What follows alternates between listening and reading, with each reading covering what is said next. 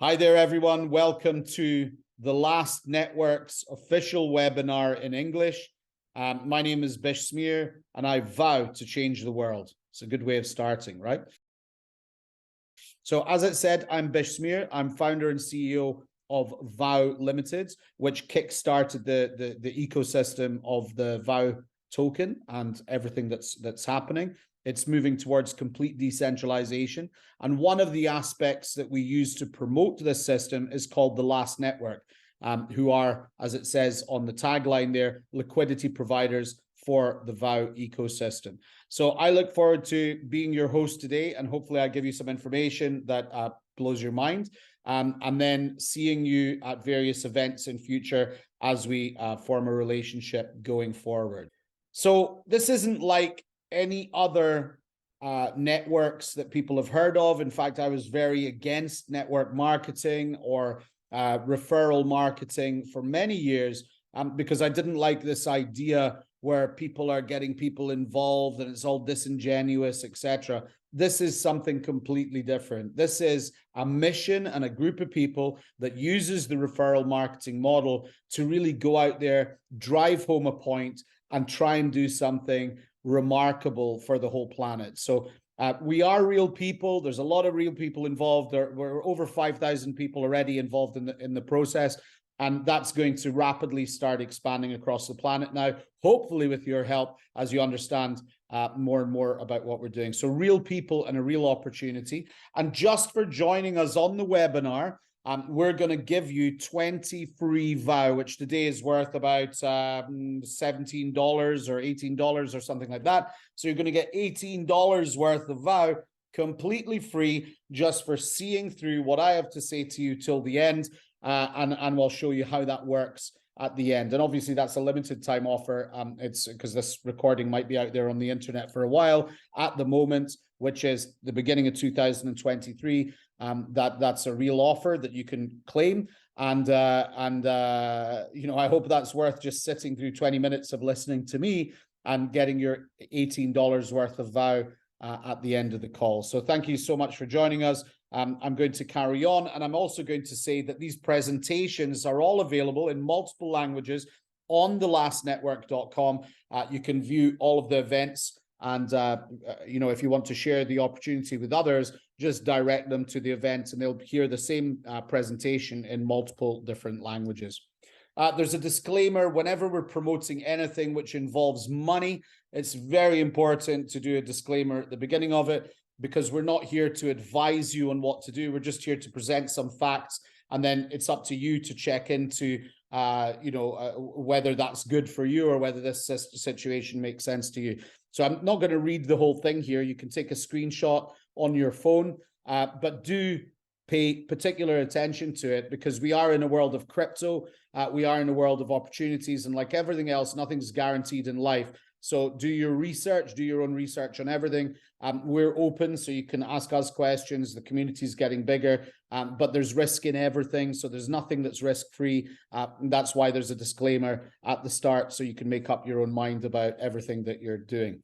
So the agenda today is going to be really simple. We're going to talk about 3 points. One, what is the centralized issuance of currency? What does that actually mean? Two, what is the alternative, and is there an alternative to centralized issuance of currency? And the third one is what you can gain, if you like what we're all about, what you can gain by helping us grow an ecosystem that is an alternative to the centralized issuance of currency. So what is a centralized issuance of currency? Well, pretty much any money that you've got in your pocket is issued centrally, and it's issued centrally by countries, by central banks in the countries, and they are given the privilege of the production and distribution of money in the country. And it doesn't necessarily need to just be a bank. It could be a supermarket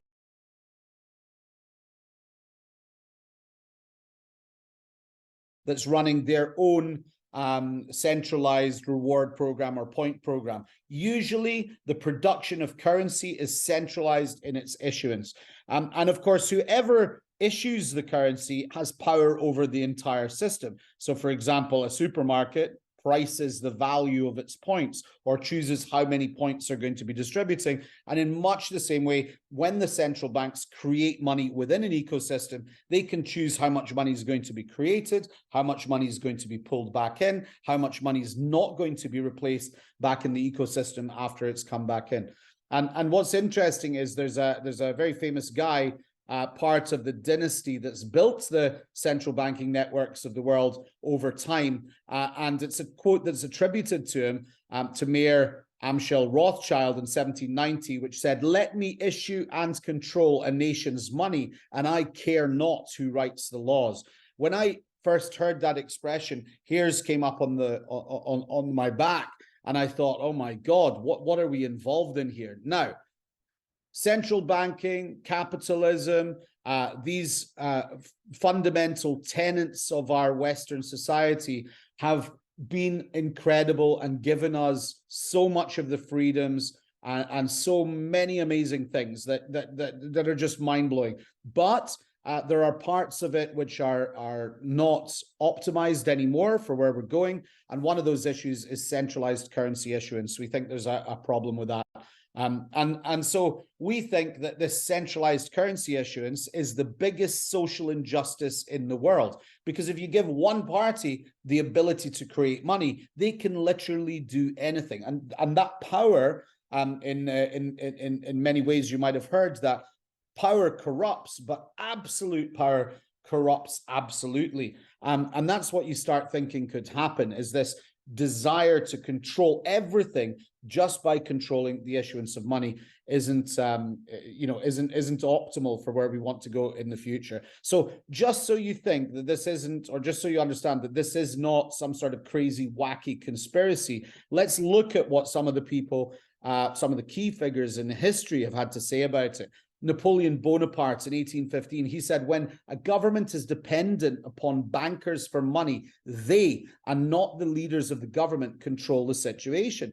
Then James Garfield, who was assassinated shortly after saying this, he said, whoever controls the volume of money in any country is absolute master of all industry and commerce. And when you realize the entire system is very easily controlled one way or another by a few powerful men at the top, you will not have to be told how periods of inflation and depression originate. And of course, we're coming into a world of extreme inflation now after COVID, where money is just being printed and printed and printed out of thin air by these central parties. And that is a secret tax on every other person that's existing. And you obviously know that, because when you go to the petrol pump, the prices are higher. When you go to the supermarket, the price of bread is also higher. So the more money they're printing, the more the goods and services prices rise at the same time. And that affects every single one of us, and the less our savings become worth.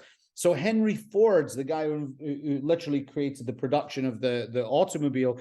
He said, it is well enough that people of the nation do not understand our banking and monetary system, for if they did, I believe there would be a revolution before tomorrow morning. Yeah, so these are key people in history. It's not just me sitting on a call. There's a lot of people who understand and think the same way. And Woodrow Wilson said this, in conclusion, we have come to be one of the worst ruled, one of the most completely controlled governments in the civilized world. No longer a government of free opinion, no longer a government by vote of the majority, but a government by the opinion and duress of a small group of dominant men. Some of the biggest men in the United States in the field of commerce and manufacture are afraid of something. They know that there is a power somewhere so organized, so subtle, so watchful, so interlocked, so complete, so pervasive that they had better not speak above their breath when they speak in condemnation of it.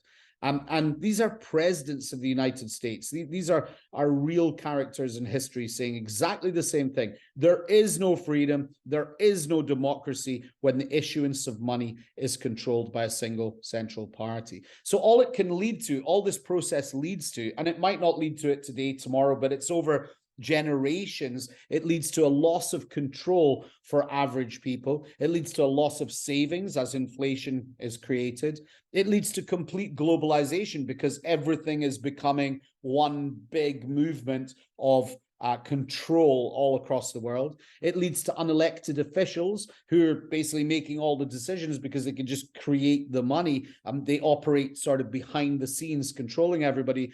And if ultimately that's a loss of freedom and heavy duty inflation coming all across the world. And when there's so much inflation and the money in people's hands, you saw, after the Second World War, you had people in Germany walking around with wheelbarrows full of money, or in Argentina or in Zimbabwe, where money just, you need that much money to buy some bread. We're not saying it's going to go as far as that, but that is the effect of inflation. It destroys normal people's lives. And it all comes about when one party decides on what money is going to be created in a country. So, but what can we do about that? Because it's such a big thing, such a huge thing. There's governments, there's banks, there's everybody involved. There's all the people that sit in these calls and go, there's nothing you can do about that. What are you talking about? Let me just get on with running my business. And so a lot of people don't think about the effect that this problem behind the scenes has. But it is very pervasive, and even to the fact that a lot of the banks, the normal commercial banks, as well as the media companies, are all controlled by the same interests. You start to realize we're up against something that's almost impossible to beat, because it's literally controlling everything. And so trying to deal with the problem like that, you can't come across it with complete negativity and anger, because there's nothing you can do about that. What you can do is you can create something completely new. You put it aside and you create something completely new without the negativity of constantly associating, oh, it's all their fault and they're the bad people. No. They've done great so far. They've built the world to where it is. Now let's build a completely new world in a completely new way. So in order to do that, we need to do three things. We need to understand the problem, which we've just defined in detail. We need to identify a solution or a potential solution that could lead to a better way of doing things. And then once we've identified that, then we need to execute a plan. So the interesting thing is, when it comes to identifying a solution, there's been lots of solutions over time, but the best solution we found was actually identified in 1773 by Benjamin Franklin. Now, you probably know who Benjamin Franklin was, because he's a pretty famous character in history. But the problem is, this solution was not digital, not decentralized, and therefore it got stopped and shut down. So what was the solution? It was called colonial script. And Benjamin Franklin, when they went over and started building up America with all the colonies, they realized that they'd run out of gold and silver. So what did they do? They thought, let's just create our own money. So they started printing these things called colonial scripts. There's a little picture of one of them there. And when they created this colonial script, it wasn't backed by gold, because there wasn't any gold there. They just realized they could issue it according to the community's demands. So if the community needed a hospital, well, they had the labor force there ready to build the hospital, and they had all the raw ingredients to build the hospital. But how could they build a hospital if there was no money? So they just thought, well, let's print the money, pay the people to make the hospital, and then we've got a hospital that the community needs. And the hospital itself that was resultant became the backer of the currency, the new currency that had entered into supply. And that was an incredible idea, this issue of issuing currency according to demand. Now, in the Times in England, it said, if this idea of creating money according to demand is allowed to continue, the government of the colonies will pay off all their debts and become prosperous without precedent in the history of the world. So back then, it became such a threat to the existing establishment that in 1774, the banks forced Parliament to kill it with the Currency Act, and they made it illegal and forced all future taxes to be paid back to the Crown in England in gold and in silver coins. So you could see that this idea that money itself can be used to create without having to be borrowed from somewhere was revolutionary, and it could have been so powerful. But the problem was, it was stamped because it became a threat to everything that held up the planet at that time. So 250 years later, we are going to copy exactly what the founding fathers of America did, with three huge and amazing additions. One, no single party will be in control, so fully decentralized. So you can look up what decentralization means, but there's no one party in control of the issuance of the currency. Two, it's going to be very difficult to shut it down. It's not impossible because, of course, the new laws could be created or stuff could happen. But in general, you can't really shut down what we're going to do, because it's going to be riding on the blockchain out there. And as long as there's blockchains and internet and electricity out there, it's unshutdownable. And of course, if we can bring millions of people transparently conducting our transactions in the blockchain, no need to, have heavy duty privacy or any of that, just literally conducting commerce in a way where it's transparent on the blockchain, we now can change the world if we implement that same idea of creating value according to demand.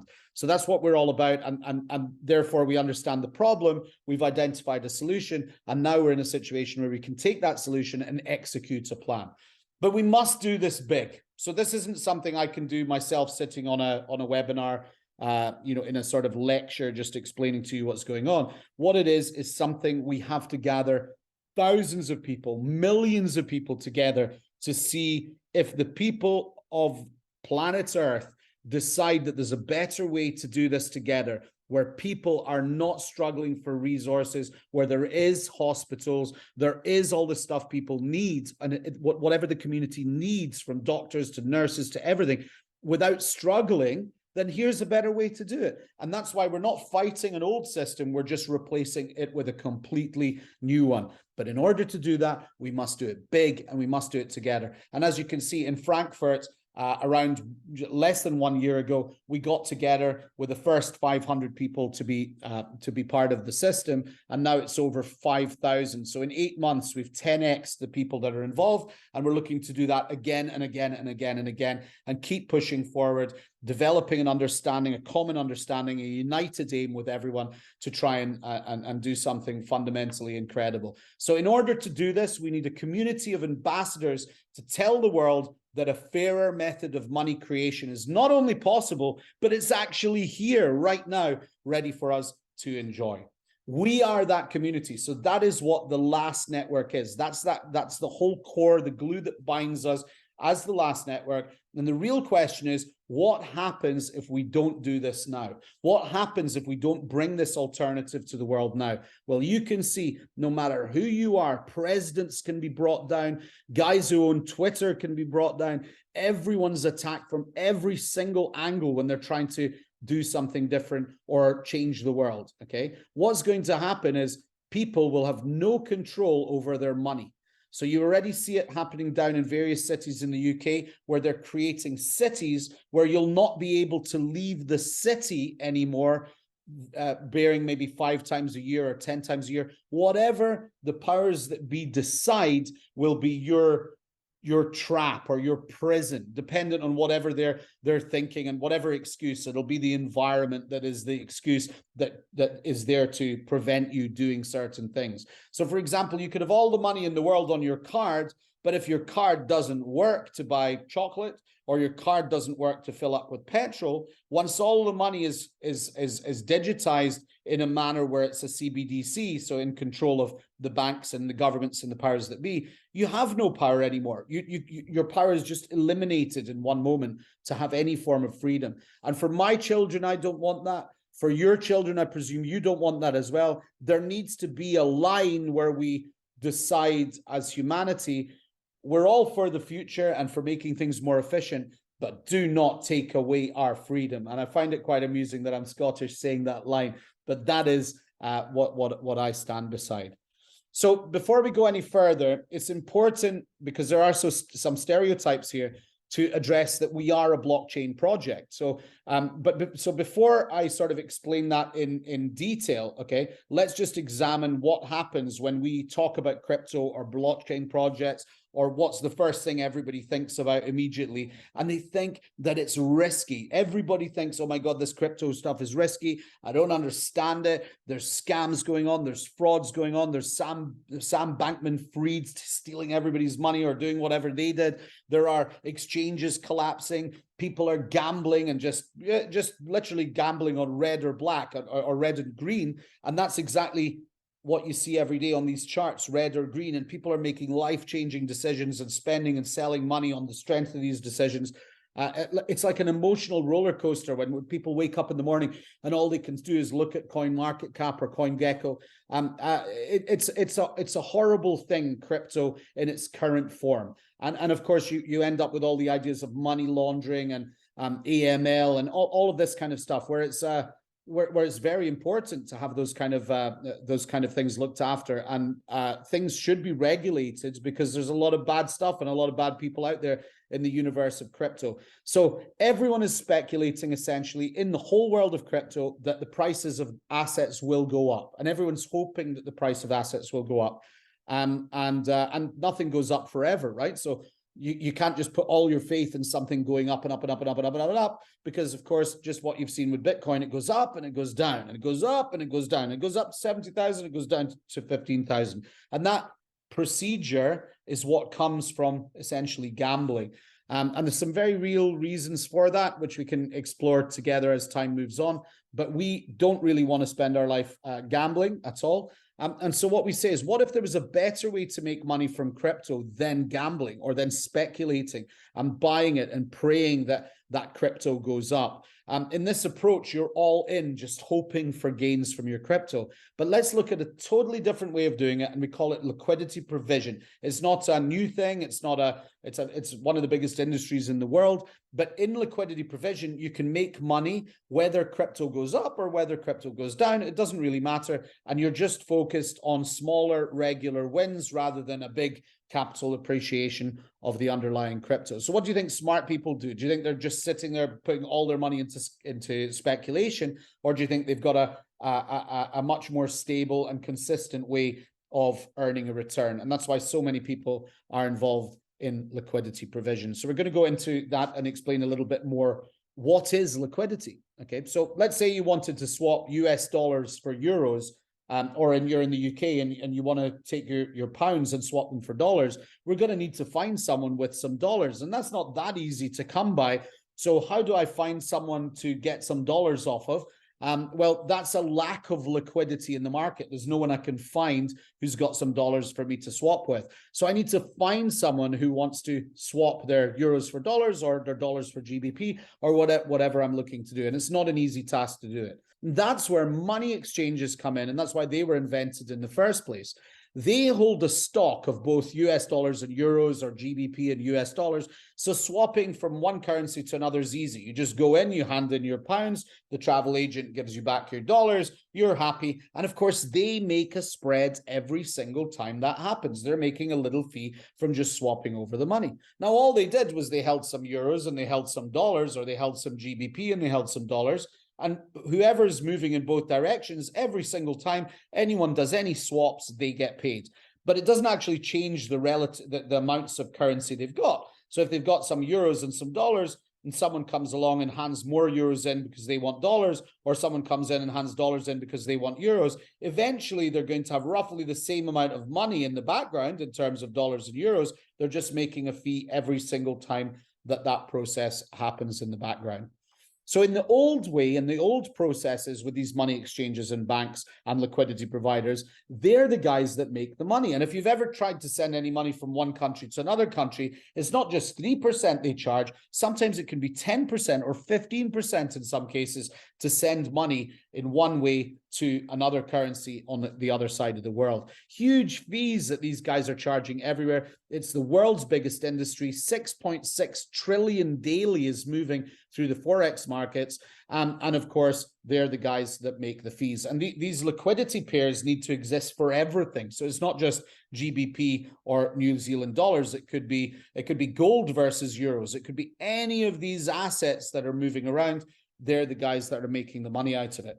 In the new way, the way that we propose with the last network is you can earn. So the normal people can earn. And the way normal people earn is they just literally just go and buy two assets from the market, whichever two currencies you want, and you put them in what's called a liquidity pool, and then you earn your share of all the fees as people transact on these currencies. So in this particular model, we're saying on one side is the VOW digital reserve token of our ecosystem. So it's called VOW. It's on a bunch of exchanges.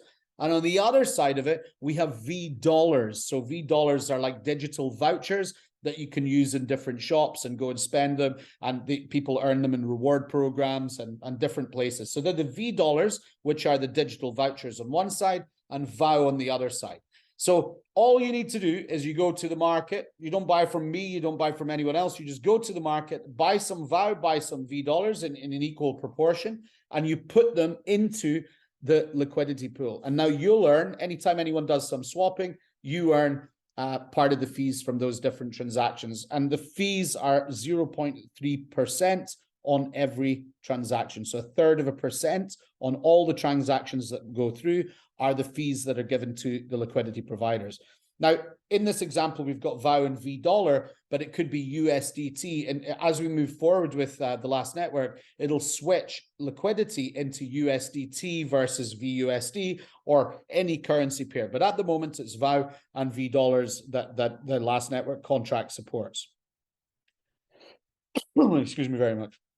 Okay, so how do you set up a liquidity vault? Because everyone obviously wants to know how you do that. Now, we don't want to be in a world where we hold anybody's liquidity. VOW is not in a position where it wants to hold anyone's liquidity. There is a decentralized protocol. It's the world's largest, called Uniswap, and they allow anyone to create liquidity pools and profit from them. So you go to the markets and you buy your VOW and you buy your VOWs, you put them into the Uniswap liquidity pool. It is a fully decentralized vault. You will receive, as soon as you put your coins into the vault, the vault automatically creates something called a liquidity pair token, or an LP token.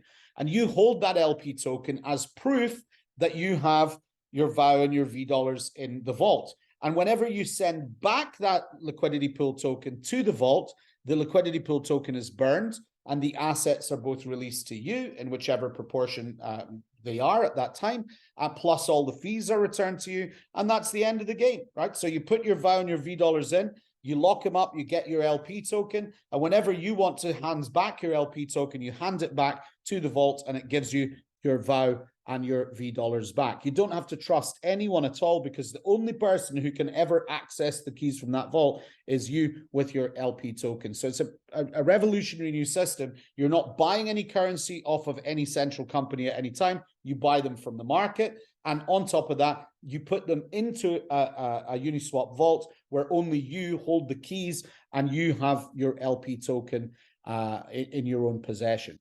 Now, what happens is, this is where TLN really, is quite genius in its model. In the old way, in this way, you're going and you're acting almost like a money exchange, because what you're doing is you go to the market, you swap your fiat or your crypto or whatever you've got with anybody you like. You just swap it for VOW and VOWs, and then you lock them into the liquidity pool at Uniswap. So that's completely all within your power, and you get these LP tokens.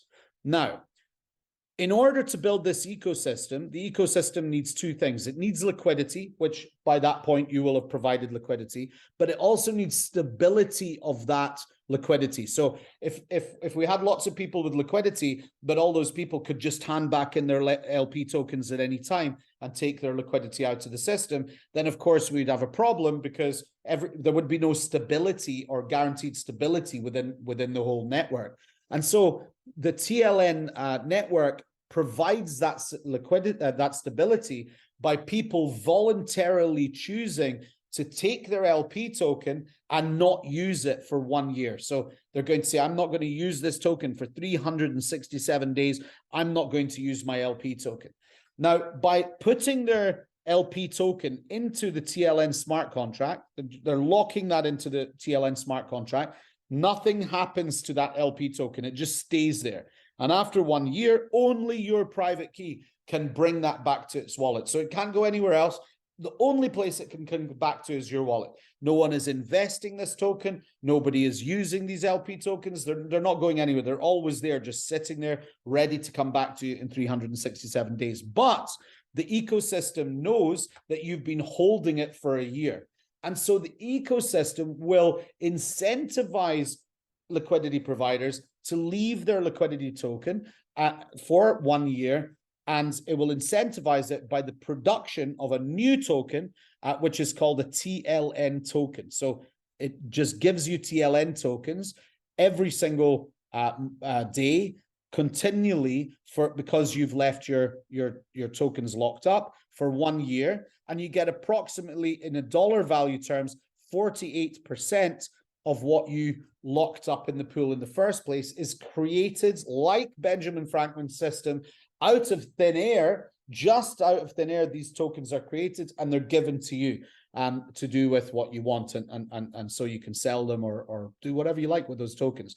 And after 367 days, you can just take back your LP token, take it back to Uniswap, burn the LP token, and get back your underlying VOW and V dollars. So it's a beautiful system. Take your money, your crypto, whatever, go and buy your VOW, go and buy your V dollars, lock them up within Uniswap, get the LP token, take the LP token and stake it in the Last Network smart contract, and start making TLN tokens as your reward for leaving your LP token locked up for a year. And that's it. Very, very simple and understandable for all.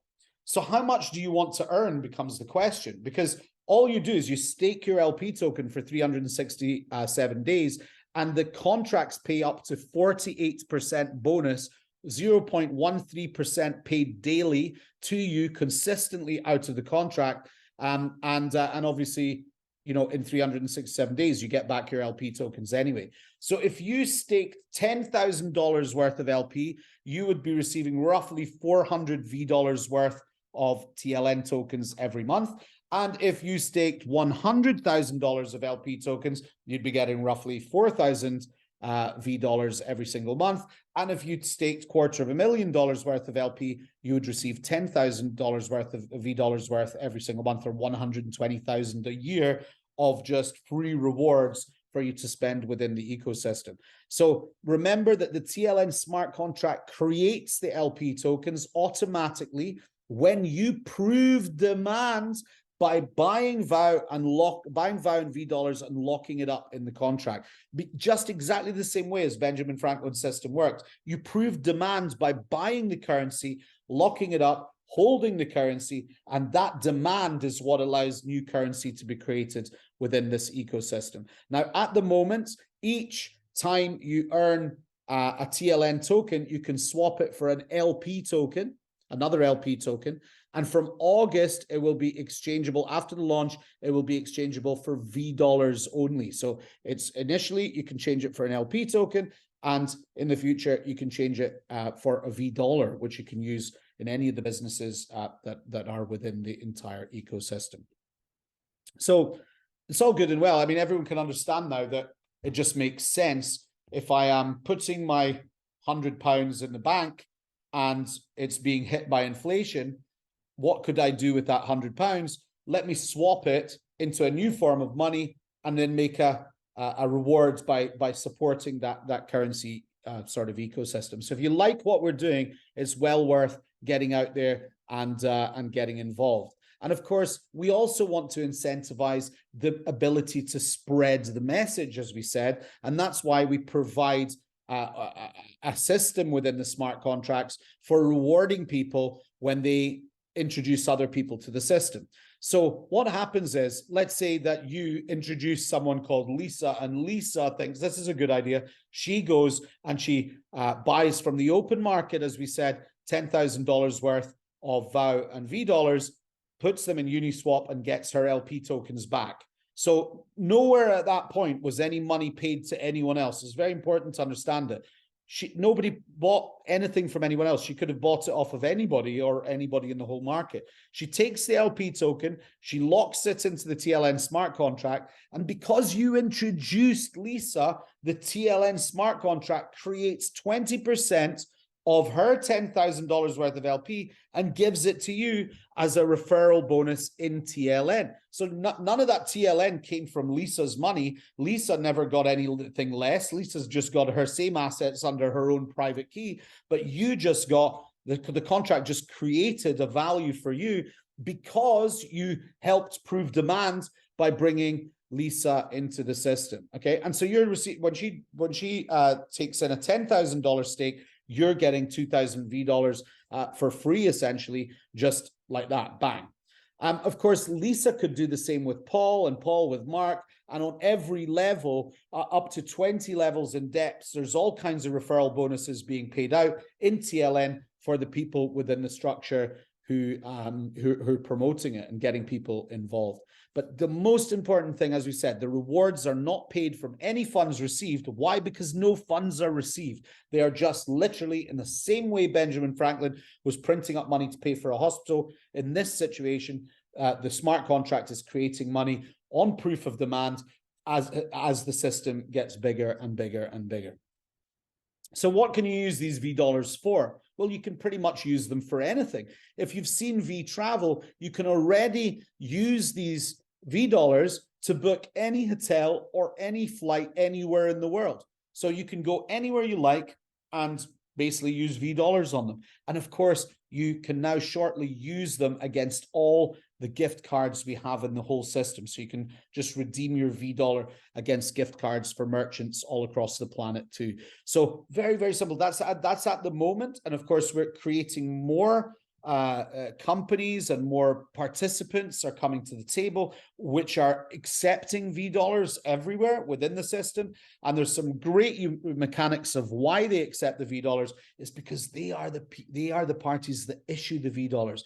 And then we can get back into how decentralized issuance works. But that's another story. So the most important thing that I want you to gain from this presentation, so you don't think this is some sort of crazy scammy project, is there are 4 unique things that make it very different from other projects. At no point are you required to send any money or buy any money from any central company. There is no central company. There's just a smart contract.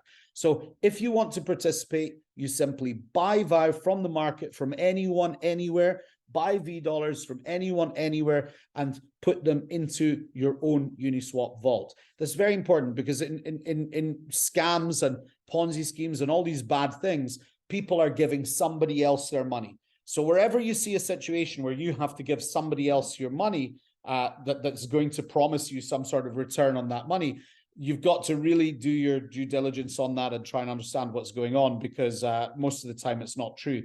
In fact, if you watch the Netflix documentary, what's his name? Bernie Madoff, he was promising 10% a year, and nobody could figure out how he was paying a consistent 10% a year, and the whole empire collapsed. So even at 10% or 15% a year, it's very hard to consistently provide those returns, and not everybody or very few projects can actually do that. So if someone is promising you more than that, in terms of they're somehow doing some magic investments in the background, I'd be very, very careful about what I was getting involved in. So at no point are you required to send any money to any central company whatsoever. It's all within your own private key.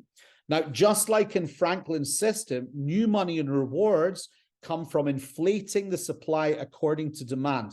And this means rewards are not funded from anyone else's money or anyone else's purchase. They're newly created currency.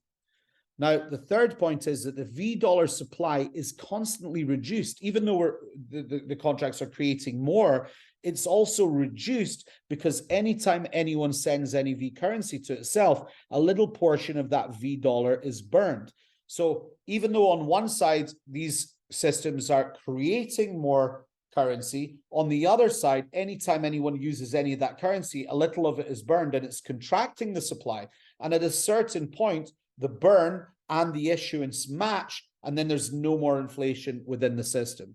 So what is the risk of getting yourself involved with this? Well, the risk is limited to the success of the overall project and its ability to grow as a truly working currency system. So it doesn't matter whether the price goes up of VOW or down, as long as you can use those V dollars within the system to spend and to use them on travel or whatever else, that's where your risk is. Do you believe that this system can grow? And I hope you do, and I hope you can speak to hundreds of people all across the world who are working with merchants and different parties to bring them all on board and make this process work. But that's where the risk is. So if you want to get involved in a project that has the capacity to change the world, that has the ability to make a difference, and you also believe that you will be able to, if you let's say put $500 or $10,000 or $5,000 worth of your money into buying a currency like Bitcoin or Ether or something like this, you can just go and buy some VOW and V dollars, and that's your risk. You put it into the system, you're not giving it to anybody else, and you're just earning an income in rewards from being part of that ecosystem. If you can see the simplicity and the success and the genuineness and the honesty of that, then we hope we can count on you to take this to the next level. So how do you become a liquidity provider? It's really easy. Right now, you go to your phone, you look for VOW on the App Store, so you can go on iOS or you can go on Android. You download it. You're going to be required to complete KYC, which is know your customer, or just compliance documents. So upload a passport, upload proof of address, whatever you need to within the app. And as soon as you've passed your KYC, then you can get there, you can buy your VOW and your V dollars and do all the process, and you can start earning your rewards daily. So there are plenty of people around who can show you the detail on that. And there's a guide on the website, on thelastnetwork.com, which shows you exactly step-by-step how you go through that process yourself. So I told you at the start, just for listening, you're going to get 20 free VOW. And of course, as soon as you download the VOW wallet, as soon as you've registered within it and you've passed your KYC, 20 VOW will be credited to your wallet automatically by the smart contracts for just being there. So that's $18 just for listening to us today, whether you like it, whether you don't, whether you think you can be part of this world-changing movement and you want to make a lot of benefit and a lot of rewards yourself.